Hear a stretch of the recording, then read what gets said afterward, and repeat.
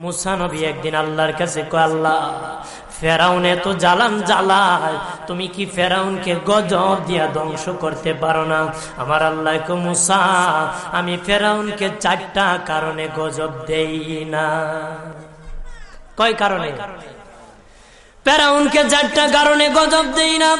1 নম্বর কারণ হলো, রে মুসা, সারাদিন ফেরাউন বলে আমি খোদা, আর রাত যখন হয়ে যায় জঙ্গলে যায় করলাম আমি জানি তুমি খোদা, আমি খোদা না, কিন্তু আমারে মানুষ খোদা কইলে ভালো লাগে, খোদা কইলে ভালো লাগে।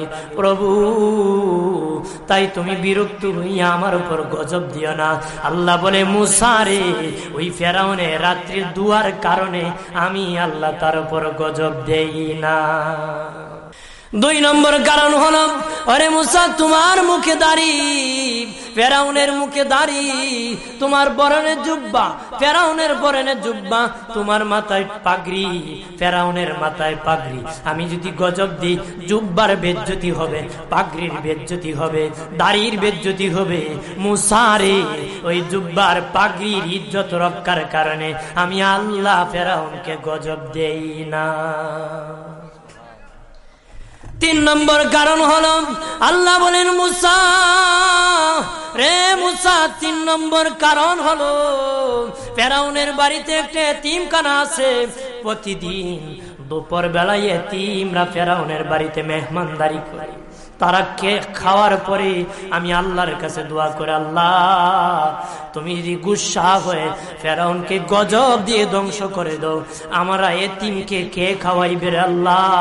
আমাদের দুয়ার বরকতে ফেরাউনকে গজব দিও না। আল্লাহ বলে, মুসা রে, এতিমের দুয়ার কারণে আমি আল্লাহ গজব দেই না। 4 নম্বর কারণ, আল্লাহ বলেন, মুসা, ফেরাউনের একটা মাছ বিদ্ধ, হাঁটতে পারে না। ফেরাউন নিজ হাতে নিয়ে গোসল করায়, নিজ হাতে মায়ের শরীরে তৈল লাগায় দেয়, নিজ হাতে ফেরাউন খাওয়ায় দেয়।